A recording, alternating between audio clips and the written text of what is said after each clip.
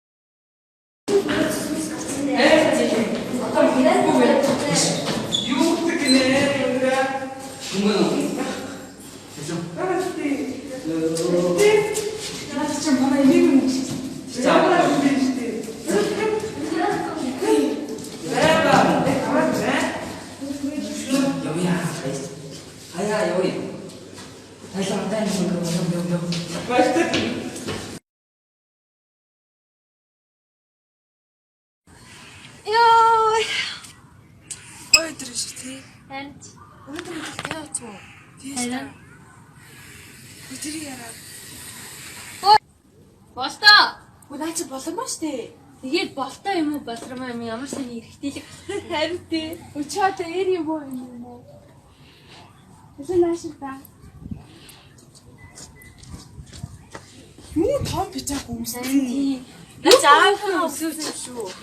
Ах юм бэ. Үе тэнгийнхний дарамт шахалтыг бид үл анзаарсан хэвээр явсаар л байх уу?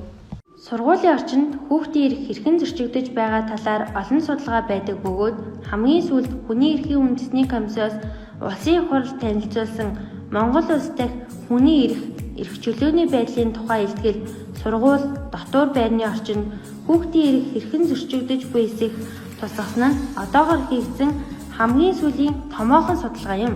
Уг илтгэлд Монгол улс дахь хүүхдийн эрхийн хамгийн нийтлэг зөрчил нь хүүхдийн эсрэг хүчирхийлэл түүний нэг хэлбэр болох үл хайхрах явдал дурддагдсан. Уг судалгаа нь 12-аас 18 насны нийт 4264 хүүхэд, 2743 эцэг эх, асран хамгаалагч, хүүхэд хамгааллын хамтарсан багийн 152 гишүүнийг хамруулжээ. Асуулгад оролцсон нийт хүүхдийн 17.2% нь ямар нэгэн хүчирхийлэлд өртөж байгаагүй гэсэн бол 82.8% нь ямар нэгэн хэлбэрээр өртөж байсан гэж хариулсан. Тэдгээр хүчирхийлэлд өртсөн сурагчдын 62% нь үг хэлээр доромжлох, 52.2% нь чимхэх, 43.5% нь цохиж зодох зэрэг бие мах бодийн болон сэтгэл санааны хүчирхийлэлд өртсөн. Мөн хүүхдүүдийн 27.8% нь үл хайхрах, 24.8% нь доромжлуулах, 22.9% нь айлган сүрдүүлэх, 17.1% нь ялгуурлан гадуурхах, 14.7% нь бэлгийн шинжтэй халдлагад өртсөн гэдгээ дурджээ.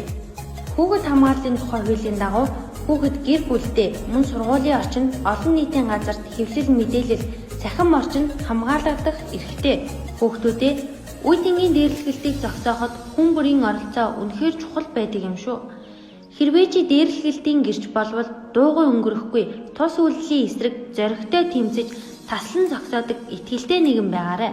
Хүн бусдын талаар худал зүүгийг тараалгүй, бусдыг санаатай гадуурхаж буй үйлдэлд оролцохгүй байж тэднийг зогсооход уриалаарай.